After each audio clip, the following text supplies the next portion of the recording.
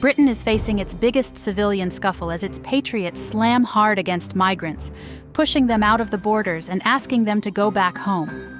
The word is clear: no more asylum seekers. Is it wrong to pursue peace and liberty in a foreign land? Is it wrong that the British Patriots want to have their home all to themselves?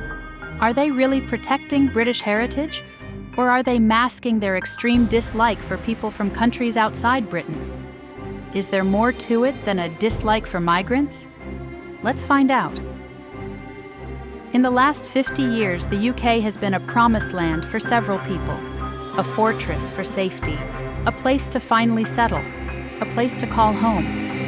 Whether you're running to avoid having your head chopped off by war, whether you are hiding from a sinister leadership, whether seeking a place you'll call greener pasture, the UK is your #1 pick, maybe followed by the United States of America.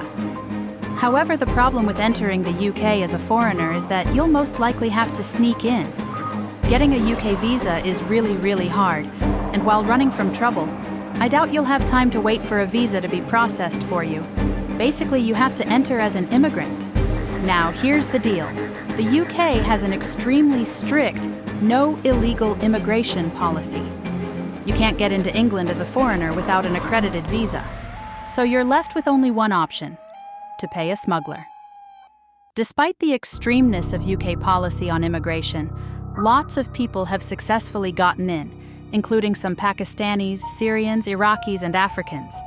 Some have stayed and had kids and grandkids, twisting the nationality scheme in their favor. Despite the fact that the UK government and border authorities keep a keen eye for migrants, I think they've got quite a large blind spot. Over the years, however, the British indigenes have noticed a number of foreign faces, many of whom were not born in the country. While they weren't cool with having blacks or Muslims around them, the Patriots of Britain never quite phoned the government against them, nor did they call immigration authorities to exile them. This was until the late 1900s.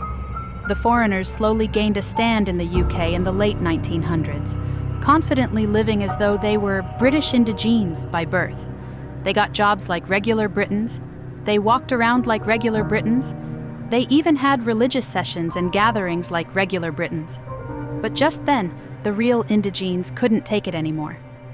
The racial war of the UK climbed to a new and much more obvious form in 1993, when a young adult, Stephen Lawrence, was brutally murdered. On the 22nd of April, 1993, around 10 p.m., 18-year-old Stephen Lawrence and a friend Dwayne Brooks, both black Britons, were at West Hall Road, waiting for the bus. As Stephen went forward in search of an incoming bus, he was approached by 6 white youths with knives.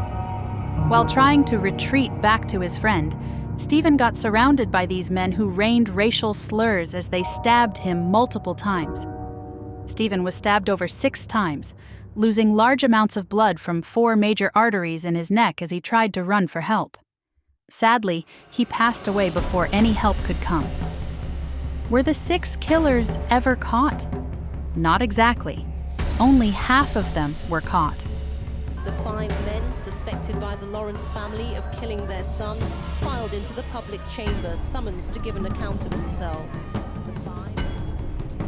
The racist murder of Stephen Lawrence raised public awareness for over almost a decade, causing black Britons and other foreigners to question the motive of the attack and the reason the police only made arrests weeks after the event. There were a lot of incriminating data stating that the police were institutionally racist themselves. They never searched the houses of the suspects despite having a lead for weeks. They didn't react to an anonymous tip that mentioned the name of 5 key suspects of the killing, and they showed an obvious laxity in handling the case. Interestingly, 3 of the 5 suspects were involved in the murder, and all 5 of them had previous racist encounters. This wasn't the only case that led to a clash between the British nationalists and foreigners.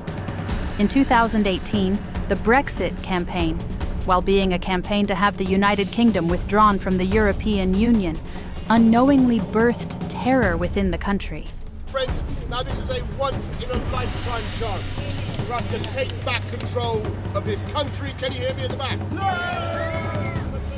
The Brexit campaign was a socio-political crisis to have the UK exit the EU.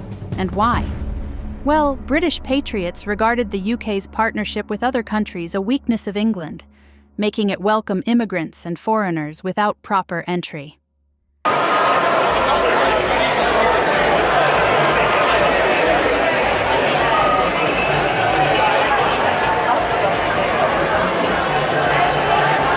While the government argued that this wasn't true and that the partnership was essential to the governance in Europe, top politicians backed up almost the entire white community of England opposed the government, saying it was all lies and lies. The reality is that this may have unleashed a Pandora's box of bigotry and Islamophobia that has emboldened those who... But how did this campaign play out on the streets? Immigrants, Muslims, and people of color felt oppressed by the campaign and had come out on the streets to protest, stating that it only caused hate speeches and crimes against them. The far right, a gang of genocidal neo-Nazis, opposed this motion, but actually ended up proving them right with their actions. Yes, actions do speak louder than words.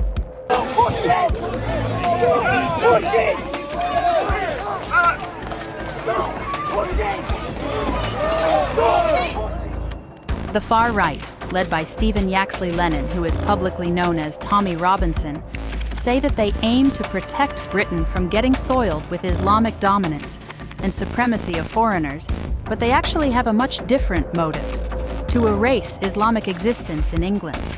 Anyway, the Brexit campaign only created a lasting yet unspoken war between the white nationalists of Britain and the immigrants and Muslims, making protests like Black Lives Matter, Take Back Control, and British Jobs for British Workers go viral online. The far-right members soon took their campaigns to social media, and the skirmish continued there. One of the recent events that sparked nationwide concern in the UK was also the Southport mass stabbing incident, committed by a 17-year-old boy by the name Axel Rudakubana. All I saw was a knife. All I thought was there was more people in there, more. Axel's crime was considered a racial war because it turns out that Axel Rudakubana was a Muslim born to an immigrant family in the UK. Axel was born in Cardiff. His family, though, were Rwandan. This was the reason for the sudden uproar. A rogue immigrant was almost literally killing the future of England. The far-right members, especially Tommy Robinson, came out online and publicly to question the situation, stating that Britain was slowly losing its face to immigrants and Muslims. After his words came a clash between Muslims alongside immigrants who were trying to clarify that this was not an issue of religion or immigration. But the far-right members and white nationalists ended up countering and blaming the killings on immigration and Islamic terror. I'm here to save the kids. The children have been murdered. There's been a massacre on the street. They got the targeting little white girls all over the country. Let's call a spade a fucking spade. It's like Russian roulette at this point. Which one's going to be next? No one questioned my BLM. The fight wasn't only online. Its physical form was worse. The Britons and far-right followers stopped at nothing when getting back against the opposition, going as far as vandalizing public property and burning down the Southport Islamic Society mosque. Gladly, there wasn't really anyone in the mosque at the time.